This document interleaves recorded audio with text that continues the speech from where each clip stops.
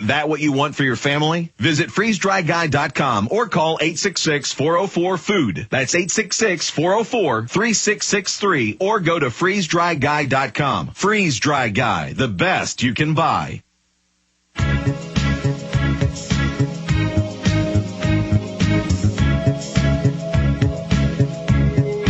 Everybody knows that the dice are loaded.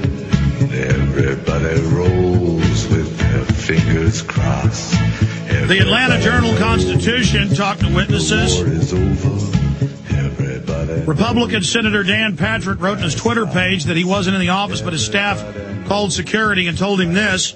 An individual came into my Austin Senate office today acting strangely. Staff called security moments later.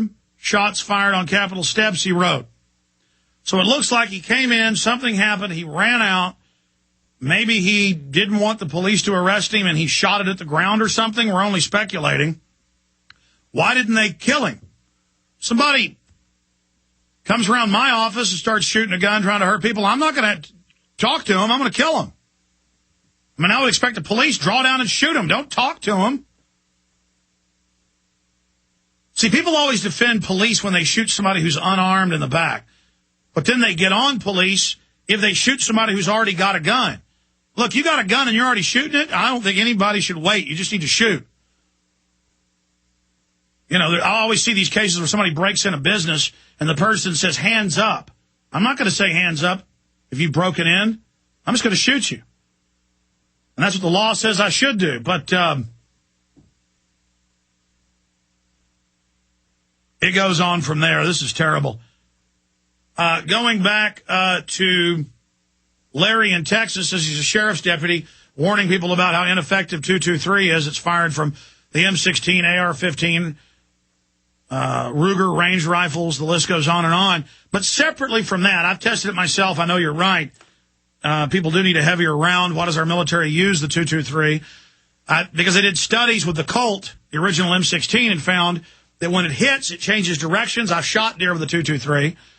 And as long as you shoot them 100 yards or closer, the bullet doesn't even generally come out, but it goes all over. I don't like it because it messes up a lot of meat.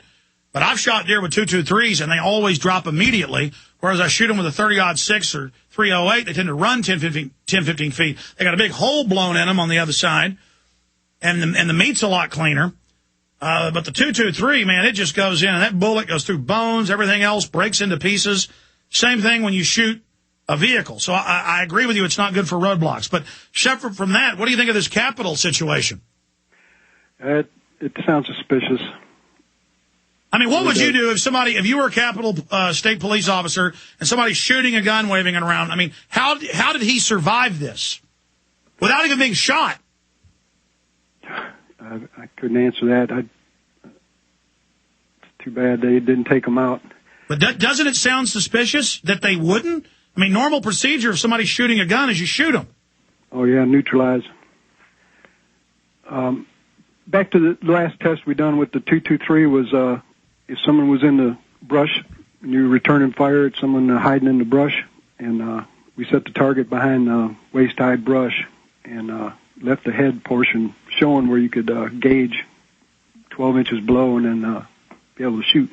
None of the rounds made it through the brush, so if someone's in the weeds with the ghillie suit on shooting at you, you're going to have a hard time trying to return with the 223.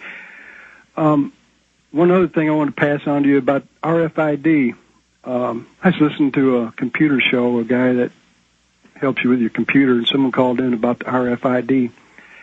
And he said that there's a YouTube, I don't have a computer, he said there's a YouTube video that shows a situation where these new passports have the RFID chip in them, and they're coded by... Yeah, and the guy drives around San Francisco stealing people's passports.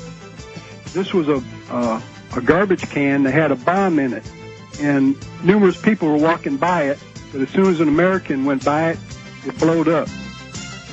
RFID are super bad. Really good points. Yeah, that is a really good point. You've got the passport on you. It knows who you are. It detonates. Really good point.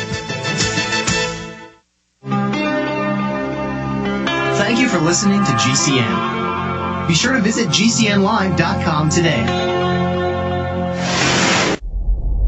Hundreds of nations have fallen to tyranny in the last century alone. This is our last chance to not relive history. As we're finishing off this agenda, they'll be pulling the rug from underneath Americans at home. They have tremendous influence on our president and Congress, and they really are calling the shots. I think it's incumbent upon all of us as American citizens to pay attention. Fall of the Republic identifies the enemies of our nation, the criminal offshore cartel, hell-bent on destroying sovereignty, and on its ashes constructing world government. Tim Geithner, Bernanke, they're arsonists. They're asking for more matches. And the Congress is saying, who do we make the check out to? Today, it seems like nobody does care. And right now in Washington, D.C., we have seen a fall of the Republic.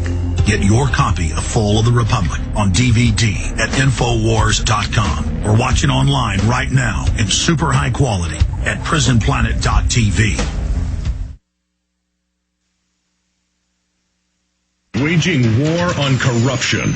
Alex Jones on the GCN Radio Network.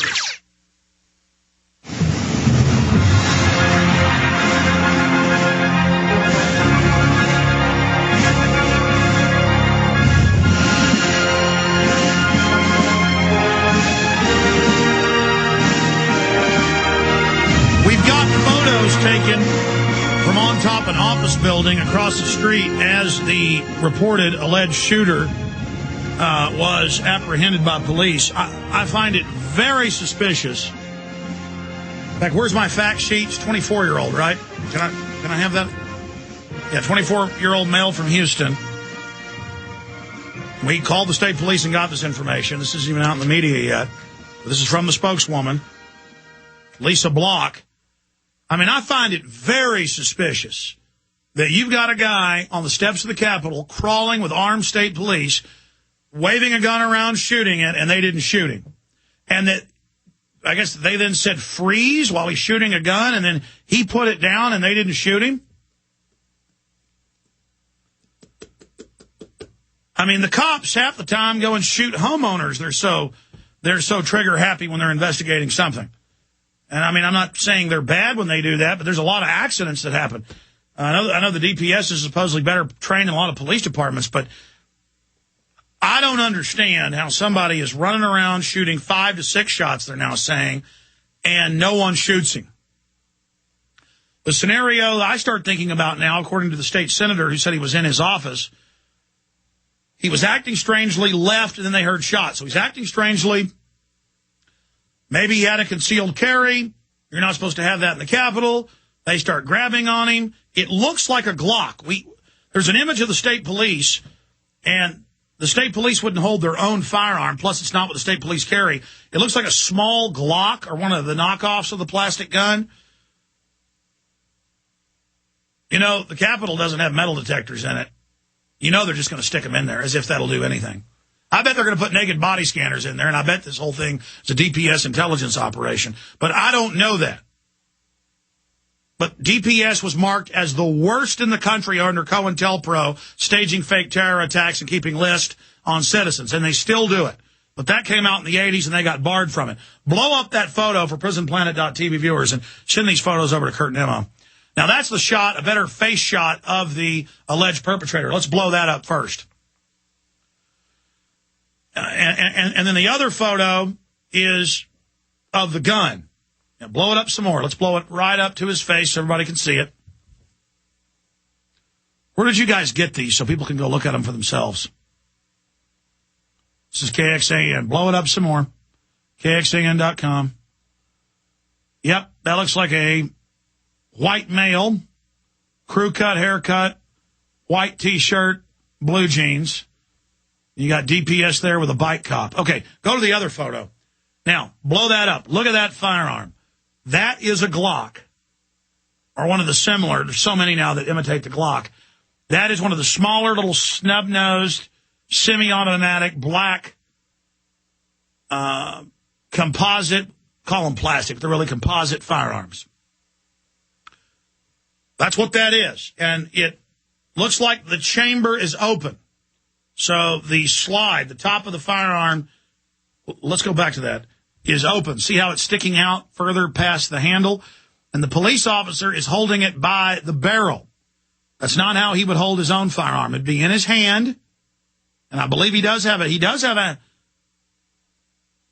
got a shotgun in his right hand, a black semi-auto shotgun. He's got a riot shotgun in one hand, and I'll guarantee you that officer's not going to be holding a firearm that way unless he had just grabbed it up off the ground. And these photos, they report, were just seconds after they apprehended him. So, did he fire the shots to scare people and then put it back in his belt buckle and then run? That's the only way they wouldn't have killed him if it isn't, or at least shot him, if this wasn't staged. See, we're trying to work the different angles of this. Could it be suspicious? Yes. Or could it be just a lunatic? Yes. But I'll guarantee you this. There aren't any police in the planet